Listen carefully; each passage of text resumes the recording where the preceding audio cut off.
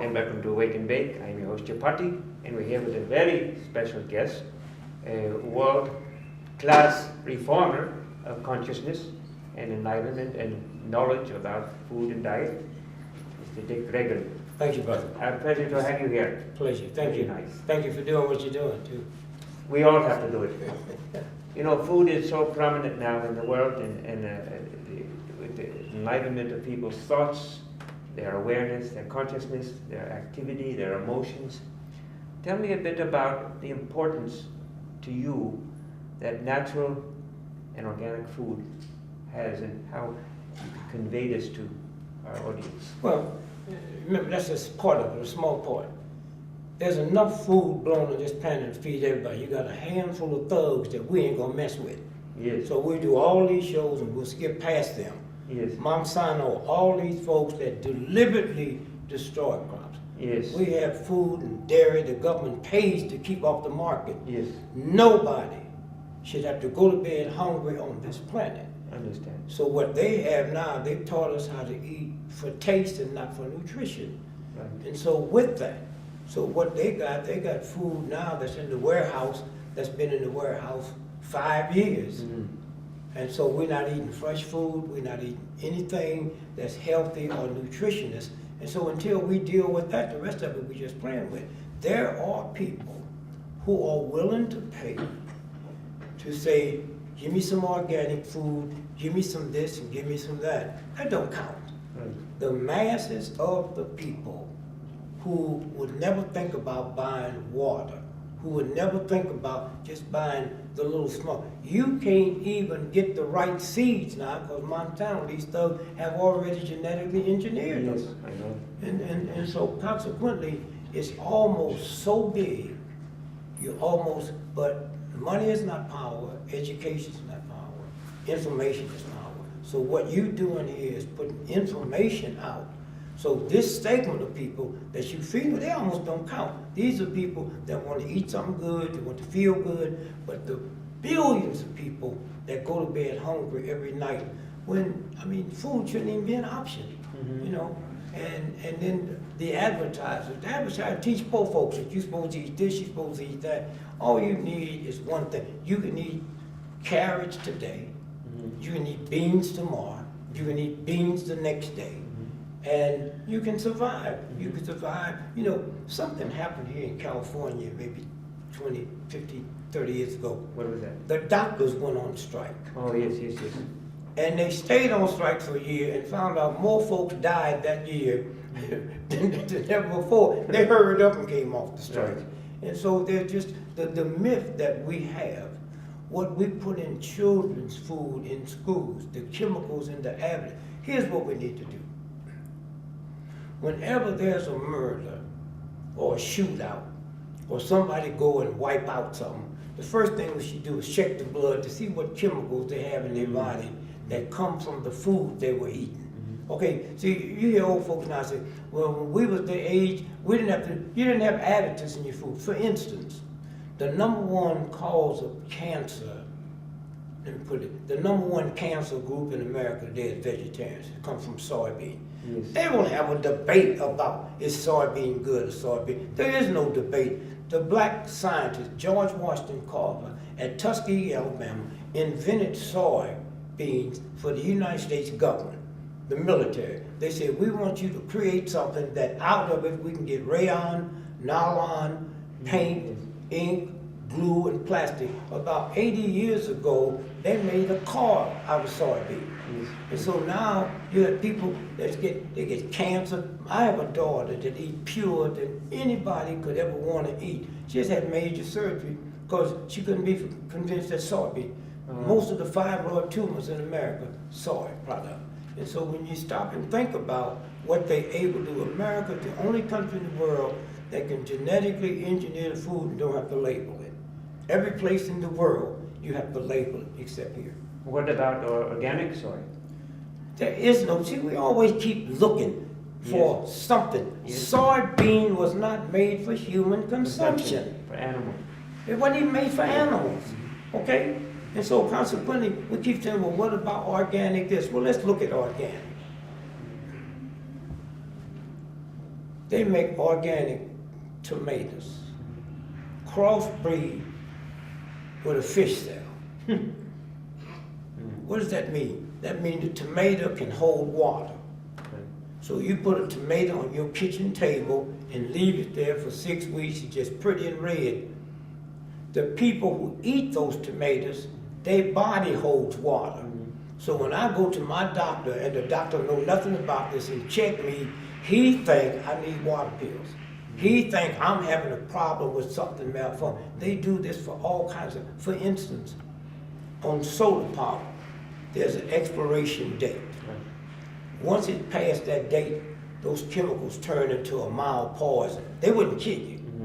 They got a case in federal court now in northern Dallas where they found out Coca-Cola was taking the expired soda pops out of the white community, taking them to this warehouse, redating them and put them in the black community. Now, are the pharmaceutical companies doing the same thing? Is Coca-Cola the only one in the Fortune 500 company that's ornery and vicious and ungodly? They all doing it.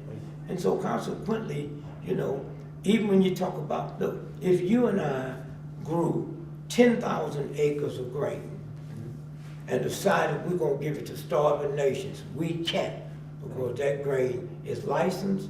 It's just like if Stevie wanted to do a song, you can't use it without his permission. That's where they are. That's where they are today.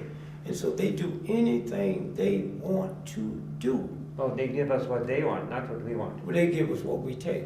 Yeah, we take it. And we've been taking it for long to rise up and act against it. Somebody say something. So they're trying to get legislation now that if you even hint that somebody's doing something wrong to the food, that's a felony. Right. That's about to get through. I can't think of the number that's on it. That's about to be pushed through now. Right, but that's also manipulated also by the companies. Sure. You know, like the bio. But there'll be some of us that'll be willing to go to jail. Let me ask you then, you know, there's a big controversy about what kids need in food and what kids get in food. You know, and there's so much with school lunches and all this, that kids are eating junk food and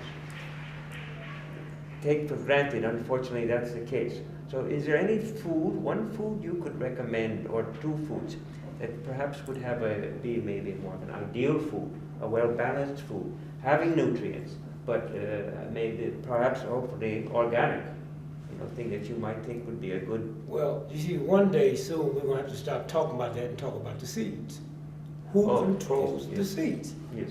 If you was a farmer in this country, if you don't buy those genetically engineered seeds, you can't get your farm grain. No, I know, because then they're... Okay, so they got you boxed in for everywhere. Right. So we want to make it sound simple and say, what can we do with children? I'm not interested in children. If the old folks rise up and say, you're not going to do it, the children are safe. Right, they follow. You know, and so this is again, you know, you see this Desanti water that's made by Coca-Cola. One day this week, pull up on your computer, the largest fine in the history of Europe was against Coca-Cola because they found out that Desanti water is nothing but tap water purified with arsenic and benzene. Yes. Okay, yes. And so you go here, you come in this hotel, there's no water sold in this hotel but Desanti water because they had that type of power. We might have almost let them go too far. You know, how do you pull it back in? You got to do it. You have to have enough people with the courage to do it. But the school lunch program, these are this big bunch of conglomerate thugs that put it in there, and it's not going to be a walk in the park. Look, if you wanted to change something, you organize a group and you call for a boycott of Christmas. Now here's what I mean. In America, 82% of all retail takes place between Thanksgiving and Christmas. You got companies stay in business all year and lose just to, now, once you threaten to do that, then they will go in and change the laws. Why do the turkey industry have to suffer? Because these folks are not going to do that, or these folks are not going to do that. That's what you have to do, and you got to sit down and you got to plan it, and you got to really look into it and feel it, because what they're able to do now and get away with. I'll give you an example. If you took your camera and went across the country into the black community, now the one thing everybody have to do, regardless of the economy, I got to eat. Okay? I don't have to pay the cost note, I don't have to pay the car note, I don't have to pay no, I have to eat. Then why are the major supermarkets leaving the inner city? If people got to eat, why are you running? Because now they're being replaced with convenience stores. Go in a convenience store and see if you see an apple, orange, a peach, or onion, or a carrot. That's what. So now, if I go to a convenience store in the black community, there's nothing there but chips and salty food and all kinds of sweet stuff. Sweet okay? junk. Yes. But that junk tastes good. It tastes Okay. good, but it doesn't do any good. No. The more oppressed I am, Right. the more sweetness in my life. I don't know its rights, I think it's taste. Right. And so consequently, what I'm saying is, how long will it take before they can keep putting that in and people take it? Another thing, listen. Well, the behavior, they see the behavior. Yeah. They're not realizing it's the behavior of the children and the adults Let me affected by say it. this, we do one more question. Let me say this. We found out now that a woman or a man that smokes cigarettes, the baby that's created will be affected. We know, we didn't know that before. We also found out now that a pregnant woman, okay, that's around smoke, the baby's affected. So anytime you go to these punk motherfuckers who like marijuana, you can't convince them that if a cigarette will mess up a newborn baby while it's in the mother's womb. What do you think marijuana will do? That's what you got the problem with. You got all these folks over here that think this is a right. Sure it is. But what about the baby? And if we dumb enough to believe that a cigarette, me smoking a cigarette, and my wife get pregnant, the DNA I pass on, you think it's not going to happen with all the drugs, with all of this and all of that? So you got this whole group of everybody that sit around and think, because they want you to believe that. And once they can make you believe that, they can knock off anybody they want. I sit around. I'm getting ready to leave and go to Europe for a big peace rally. The money they take off my taxes on my first class plane ticket will buy bombs and chemicals to drop on women and children. So when that falls on my grandchildren and my wife and family, I hope I have enough strength to say, okay, my it's payback time. But we don't do that. We think because we over here doing this here, this makes us not. You don't do nothing in degree. You can't be a little bit pregnant, okay, without being all the way pregnant. So we at the point now where it's over. I mean, it's over unless something happened and that's out of our hands. When I was a little boy in the Midwest, I didn't know about forest fires. But I used to hear about forest fires.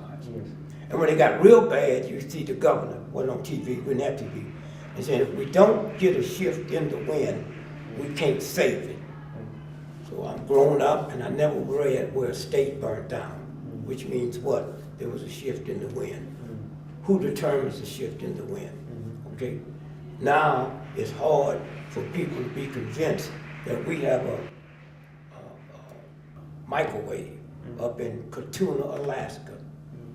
90% of the weather patterns in the last 70 years is caused by what we manipulate. Well, you try to explain to my grandmother that can't nobody cause a tornado. They know now that I used to hear when I was a little boy about the dust storms, all that was created. Okay, so now how do you convince the tsunami, all the stuff that happened in New Orleans, all that was manipulated? Because my grandmother believed can't nobody create. They had just came up 3 months ago, which means 3 years, where they came up with an artificial cell. So that means they can make people, they've been making people. Right. But you got these whole church people that believe certain things God do and certain things that they just don't know. America, I've always said this, if God don't do something quick to America, then God owes a serious apology to Sodom and Gomorrah. Okay, Right. thank you. I want to thank you very much. To wait to date with our wonderful guest here, to Dick Gregory. Thank you. Honor to have you. Thank you, brother. Peace to Bye-bye. you.